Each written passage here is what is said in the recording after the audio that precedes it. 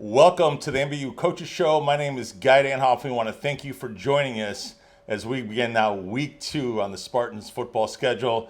I am joined with Coach B. Coach, I know the team last week went down to Batesville, Arkansas to take on Lyon. Certainly not the outcome you were hoping for as the Spartans dropped 24-12. And maybe just really briefly kind of recap the game for us. Well, it was a tough road trip. I mean, that's a good Lion team. We're very young. We've talked about that throughout preseason. You know, guys, a lot to learn from, and we were able to get a lot of things, I think, corrected and fixed, and it's a great learning experience for a lot of our young guys. We played, by the end, you know, Tanner Ray went out with cramps early in that game on the offensive line, and we had 4 guys on the offensive line that were seeing first action in college football, 2 quarterbacks seeing their first action, and a few other spots as well. But, you know, overall, the guys competed hard, just didn't come out the way we wanted, and we were able to get on the tape and do a lot of learning. So back at work this week.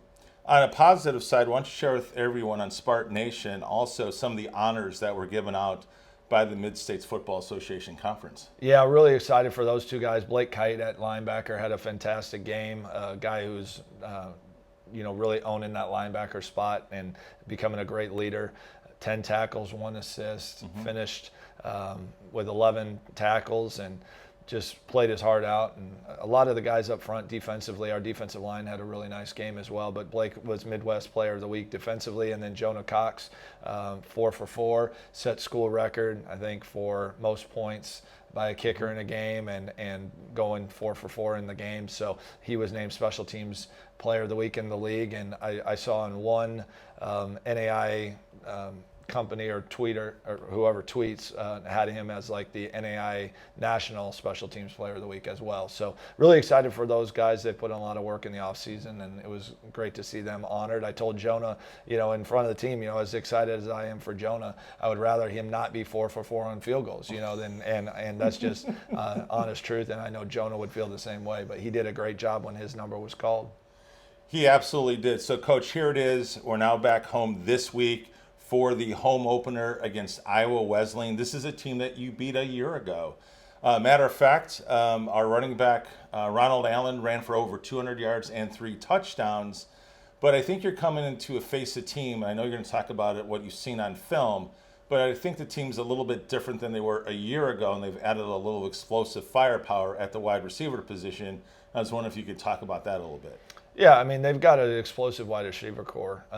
They've got some guys out there who can make plays. They're seeing a lot of turnover too, but I think last year they were able to get some of their guys in the recruiting process that they wanted in there. And, it's not the same team. I think both of us are different. I think we're both young and inexperienced at certain spots, but ultimately, I think we've got to go out and do our job. It's a different challenge than last week because Lyon, they wanted to be a little more run the ball, and we had to focus on stopping the run, which we did well at times, and other times we let them out, gave up too many rush yards for what our goal is. But this week against Tabor, they rushed for minus 40 some yards and threw for almost 400. So it's going to be a total flip in what their game plan is and how they want to go attack it. And so from the linebackers and secondary, it's going to be really important that we communicate and are prepared on that side of things. And that's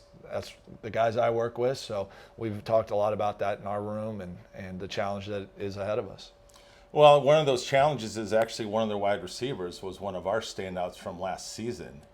And I was wondering maybe what you've said to the team about that, because he pulled in 3 receptions for over 100 yards, and we know that he's an excellent NAI wide receiver. So is there anything you'd said to your team about that? Yeah, the bottom line is we don't care. Right. That's just the reality. We don't care that he's on the other team. We're very happy with who we got at wide receiver. Yep. Josh, Gavin, they all go make great plays. Cam, Kevon. We've got a lot of depth there. So, and I think the biggest thing that we said is that this is a team game. It makes no difference one player. So, right. Our biggest thing is just do our job, focus on what our job is to do, and that's be assignment sound, execute at a high level, right. Play fast, and let the rest of it take care of itself. So this week, who's going to be your starting quarterback? Because last week, again, I know that you're kind of experimenting. Both quarterbacks know that, and I thought actually you did a really nice job of how you worked him in and out, based on game flow and all those kind of things. So what's the kind of the game plan for this Saturday? I think it's going to be very similar. I think this week we're going to take a look at Ashton as the starter. Okay. And we've told them both that, hey, it's possible that they both play. Very similar situation as last week. We didn't go in with any type of plan with Cooper in how Ashton was going to get time, and we've sat down and had several conversations, both with me and the quarterbacks, and Coach Fisher and the quarterbacks, and Coach Schnabel and the quarterbacks, and ultimately we want to get it down to where we've got one guy that is really the guy. But right now, we just feel like we need more data. We've got two outstanding guys there, and I think both of those guys, being highly competitive individuals, would also say that they didn't play their best last week as well, and they know that they're capable of more. So, they've had a really good week of practice, both of them, and both of them will be ready to go, and we'll just see how the game unfolds. Well, I can tell you, Spartan fans, both those quarterbacks are gamers because, again, I had a chance to see them this fall in the fall camp. And there are times they look as good as anyone. I mean, especially at their age, right? Being freshmen.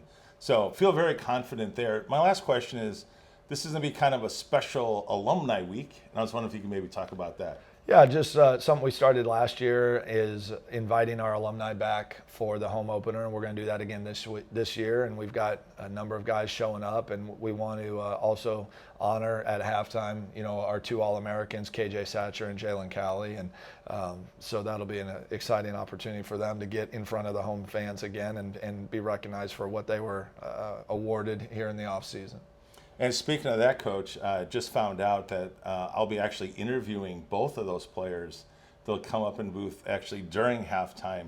So Spartan fans, if you're not here, you get a chance to hear those interviews and hear really what these two outstanding former Spartans are doing today, because they had amazing careers while they were here. Yeah, they're both great young men. They'll be successful. It's keep up with them, and it's fun to follow all these guys as they go out and really start making a life. In fact, we had the opportunity. We were sitting here about an hour ago watching some film, and Kevin Good stops in and says hello. And Kevin was a linebacker. He was the only player that was here from absolute day one and all the way through. And it's always fun when those guys come back around.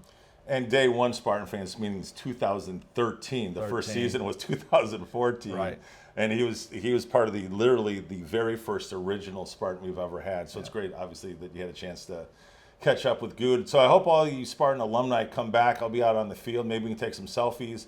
Maybe bring you in the booth. Who knows what's going to happen, but we're just so looking forward to the home opener this Saturday at 6 o'clock. For Coach B, I'm Guy Danhoff. We want to thank you for watching The Coaches Show right here on the Spartan Digital Network.